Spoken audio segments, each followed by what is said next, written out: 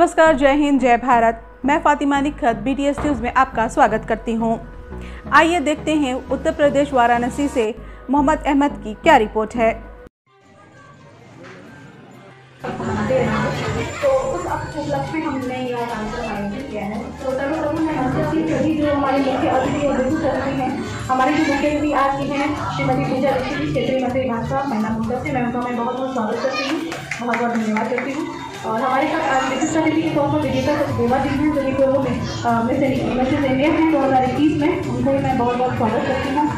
साथ में है हमारे साथ डॉक्टर ममता टंडन जी, जो कि सुप्रसिद्ध नृत्यांगना है, उनका भी मैं बहुत बहुत कार्यक्रम में आपसे स्वागत करती हूँ।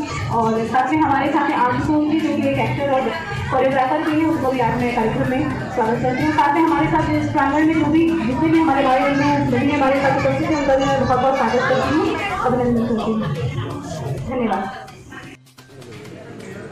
मैं आग्रह करती हूँ श्रीमती रचना श्रीवास्तव जी से कि वह मंच पर आएं और हमारी आज की विशिष्ट अतिथि डॉक्टर ममता टंडन जी का माल्यार्पण करके वो तालियां रुकनी नहीं चाहिए।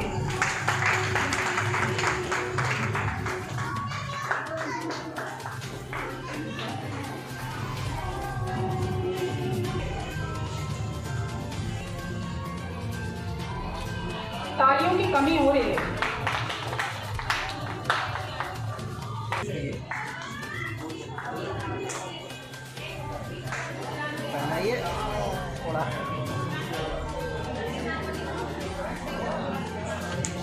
आप सभी का बहुत बहुत धन्यवाद।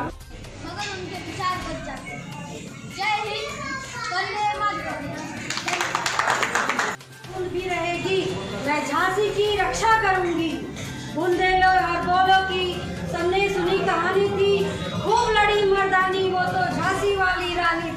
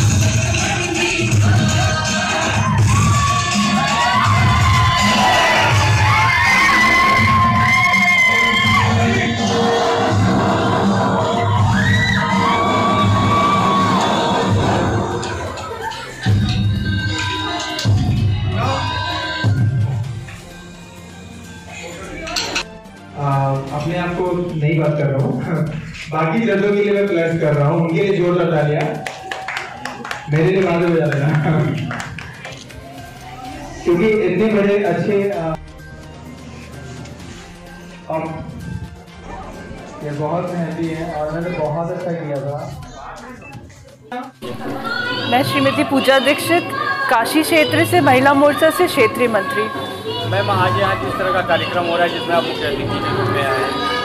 अमृत महोत्सव चल रहा है, इसी के तहत पायल सोनी जी ने इसका कार्यक्रम का एक अनुष्ठान लिया था कि एक वेशभूषा सेनानियों का से लेके करवा चौथ आने वाला है और डांडिया अभी बीता है, इन सारी तीनों कार्यक्रमों का एक समन्वय करके आज ये आयोजन किया गया है। तो आज आपको यहाँ मुख्य अतिथि के रूप में उपस्थित हैं, आपको इस कार्यक्रम में कैसा लग रहा है और क्या संदेश देना चाहेंगे आज आप यहाँ? देखिए, उत्साहवर्धन तो सारे जितने कलाकार होते हैं उनके करने का काम सिर्फ मुख्य अतिथि का नहीं होता। मुख्य अतिथि के भी कुछ फ़र्ज़ होते हैं कि इस कार्यक्रम में आए, आप कुछ चीज़ें देखें, समझें और आगे बढ़ के माताओं बहनों तक ये जो हमारे संस्कार और संस्कृति की बात कर रहे हैं उसको बढ़ाने का काम भी रहता है। पायल है, मैं प्रमिला देवी फाउंडेशन की फाउंडर और अध्यक्ष। हमने तो सुना व्यास जी के द्वारा रची गई है जी।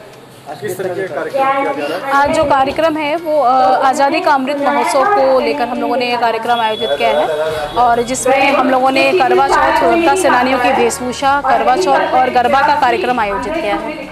क्या थे इस कार्यक्रम का? इस कार्यक्रम का ध्येय ये है कि हम लोगों ने जितनी मुश्किल से यह आज़ादी प्राप्त की है उसको हम भूले नहीं और केवल एक दिन ही नहीं, जीवन के दैनिक हमारा जीवन जो चलता है, हम लोग दैनिक पलों में भी हम उन आज़ादी के परवानों को जिन्होंने अपने प्राणों की आहुति देकर हम लोगों के लिए यह आज़ादी दी हम लोगों को, हमें उसको बरकरार रखने के लिए हम इसे हमेशा उन्हें हर दिन याद रखें और उनके ही जो ध्येय सूत्र है कि हमें अपने देश के लिए अपने जीना चाहिए और उसको लेकर हम आज़ादी का अमृत महोत्सव भी मना रहे हैं और उनको हम साथ लेकर आगे बढ़ें। उनकी जो उद्देश्य रहा है उनका जीवन का या जो उनका उनकी जो भावना रही है उसको हम पल पल याद करते रहें और हमें कभी भूलना नहीं चाहिए क्योंकि हम जो आज के युवा हैं वो हम कहीं ना कहीं भटकते जा रहे हैं, लेकिन हमें अपने आज़ादी के परवानों को नहीं भूलना चाहिए और उनको लेकर हमें निरंतर उनकी विचारधारा को लेकर आगे बढ़ना है।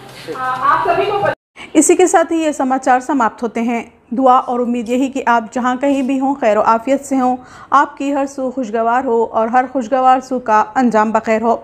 इन्हीं दुआओं के साथ मुझे और मेरी टीम को दीजिए इजाज़त। देखते रहिए BTS न्यूज़।